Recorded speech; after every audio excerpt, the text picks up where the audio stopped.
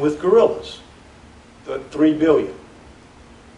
Keep that in mind, because it brings up an interesting point in a minute.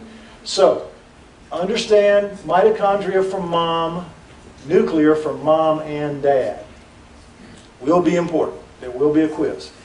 DNA arrayed in a gel sheet. Now, you've all seen CSI, I hope. Do they have CSI here? The CSI shows? Okay, so you know what gel sheets look like.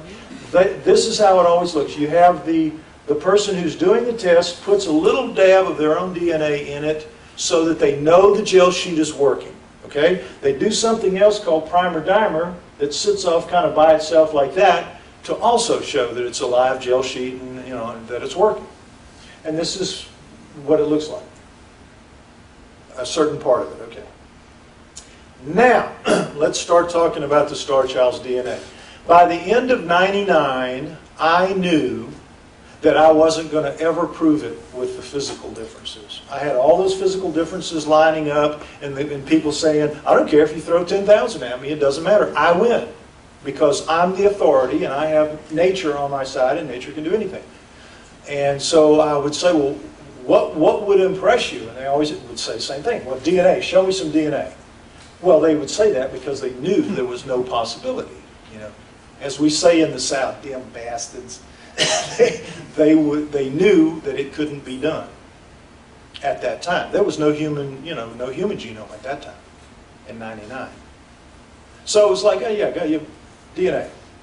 Not imagining that here we are 10 years later and there would be so many changes. So at the time, what I needed to know was the DNA even there? Was the nuclear DNA even viable? Because what they were telling me is, if it was buried for 900 years, even in a mine tunnel, there's going to be some degradation, and 900 years makes it really ancient DNA. 50 years is the cutoff point. Anything less than 50 years is reasonably easy to handle. Anything after 50 years is ancient, and it requires much more sophisticated handling. Because when you get samples, if you get even a droplet of breath, even a flake of skin, ruins the sample, contaminates it. You have to treat it with much greater care because there is degradation in it, and you have to preserve what is there. So, there were 6 labs in the world in 1999 that could recover ancient DNA. And by then, by the end of '99, I got it in February of '99. By the end of '99, it was all over the place. It had been on TV, newspapers, magazines. It was well known. And so, none of those 6 labs would touch it with a proverbial 10-foot pole for any amount of money. They just didn't want anything to do with it. It would ruin their reputation to touch it. So I couldn't get the work done that we needed done. But a friend in Canada, Ted Robinson, said, well, I have a friend who is a forensic dental geneticist, and he's starting a new lab at the University of British Columbia, a new teaching lab. And maybe he would do it. Maybe he would be able to tell you if the nuclear DNA is there. So I met with him and he said, yeah, I can't do mitochondrial DNA. We don't have that kind of sophistication here. But if your nuclear DNA, if you're right about it being in the mine tunnel, it may be there and I might be able to recover it. So we gave him several $1,000s and left the skulls with him, and he said, I'll tell you what to find out. Well, what he found out was this. He took this out, and of the human, the first attempt he made on the human, boom, no problem. Perfect recovery, easy. And he said, boy, it's not degraded, it's good. It's good DNA, and it's a human, normal human, no problem. But with the Star Child, they cut out first as they did here. Now, when I see the damage they did, they just didn't know what, they can take fingernails now, little fingernails, and do everything they need to be, needs to be done. Took out the condyles, but got it. And then took out the Star Child's condyles, and took this stuff out, the mastoid, then cut a big hole in it, took out the tooth. They contaminated the first 2. Contaminated the first 2. They were not an ancient DNA lab. They were a forensic lab, and they were a teaching lab, and they were just getting started. So they had new students, and it was just real easy to contaminate, and so they had 2 contaminations. But also, by now, they're on a campus. You saw that. They're on a campus. And they are catching real heat. What are you doing with that alien thing on your lab? Get rid of that. You know, that kind of thing, under that pressure. So on the third test, the tooth, they come up with this. Now, it says the second cycle, but he just made a mistake. It was the third one. Result from forensic DNA test from the Bowl lab director. After the customary number of PCR cycles, 28, there was a very weak, and really weak, 200 picograms gender profile. Picograms, 1,000 picograms is usually the minimum threshold at which a reliable reading for forensic DNA can be made. A 200 picogram reading from the second bone sample is the third, taken from the child's mastoid process from the tooth. Sorry. The result is XY chromosomes, which tells us two significant things. First, the child was male. Second, the DNA is human. Okay? Now, we have a saying down in the deep south where I am from, when you are in really bad shape. They say you are a blowed up peckerwood. And I was a blowed up peckerwood with this result. Because they were saying exactly what science and the critics and the skeptics wanted to hear, which was that the star child is a human male, take it home and forget about it and never bother us with it again. And this is why, off of this, is why and how Novello wrote his article that just went out and became gospel to the mainstream regarding the star child. But I knew it was wrong because 200 picograms, that doesn't tell you anything. You need at least 1,000. If you're going to lie to me, why not make it a big lie? A lie that I can't challenge. So I said, look, it's 200 picograms. We've paid you a lot of money. You said you'd get us a result. Take another piece of bone and give me a fourth, take a fourth attempt. Grumble, grumble, grumble. You owe it to us. Grumble, grumble, grumble. Well, but they did it. They cut that piece of the head out. Well, lo and behold, the fourth answer came out exactly, word for word, that. Meaning, shut up and go home. Leave us alone. Now, I did go home, but I didn't shut up. Because I knew it was wrong. But nobody would listen to me. Within the community of alternative knowledge, I could not get a hearing. Because the mainstream science had blanketed everywhere with the star child is human. So I would call up a conference that was going on and I'd say, I'd like to come talk about the star child. Well, they proved that was human, didn't they? What would you want to talk about that for? We don't need to hear about that. Well, I don't think it was. I think they were wrong. They weren't wrong. They're scientists. How could they be wrong?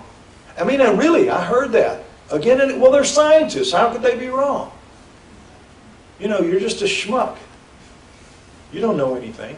So anyway, 3.5 years, I pushed the ball up the hill with no help, and I went $50,000 in debt and was on the verge of bankruptcy.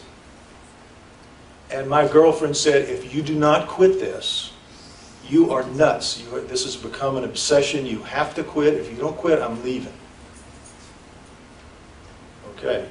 So I sent the word out to my mailing list. Okay, I've done all I can do. I called Ray and Melanie. I said, I've done all I can do. I'm going to go back to my other life, writing, talking about human origins, writing, stuff like that.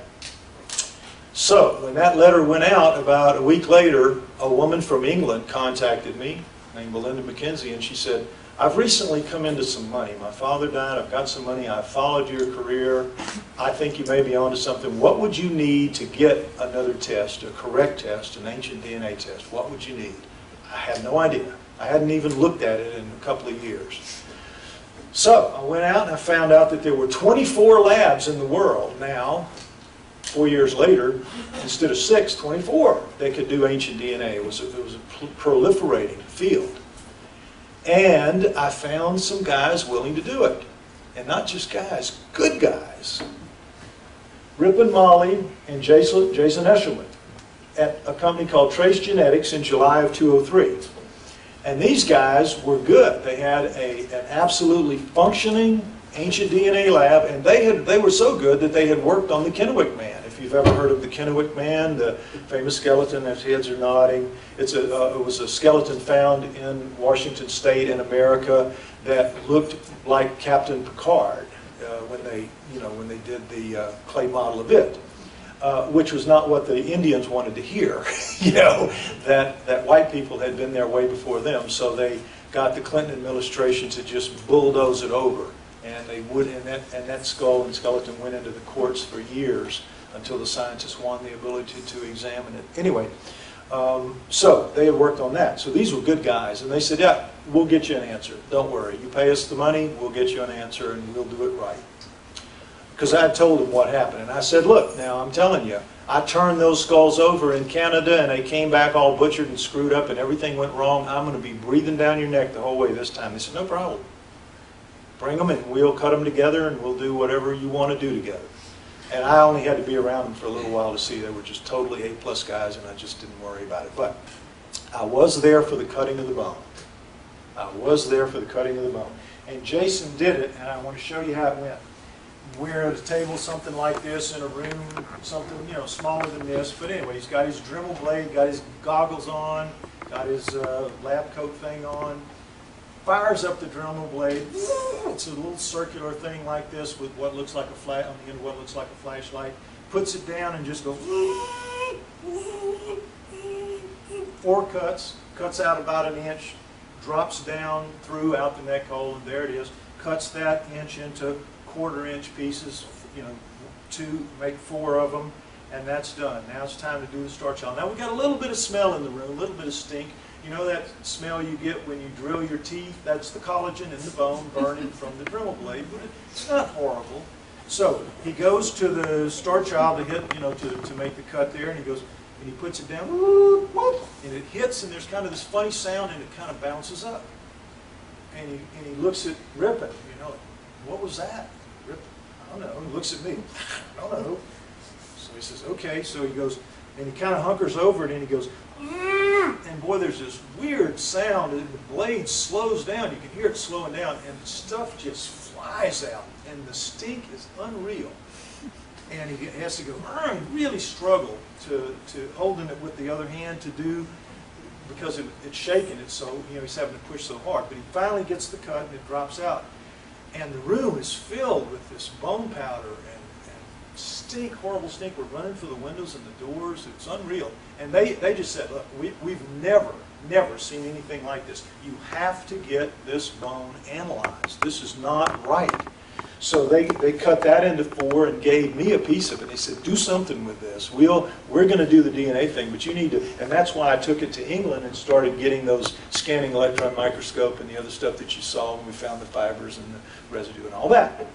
So, meanwhile, they start what they're doing. What you do when you're going to get DNA, you're going to reduce bone down to its constituent DNA to do what you do with it. You put it in a test tube with a fluid called EDTA. And you put that test tube in what's called a rocker arm, which is a machine that just does this. Rock, rock, rock, rock, rock. Rocker arm. Okay? And in 1 week, human bone is dissolved down to liquid, and you've got the DNA. It looks like a little cloud of stuff in there, and that's it. And they get that out, and they go to work on it. Simple. Human bone, no problem. EDTA, 1 week, done. Star Child, 1 week, not even changed in the slightest. 2 weeks, not in the slightest. A month, not in the slightest. 2 months, they just let it run, really. They quit after 3 months, not in the slightest. They took one of the other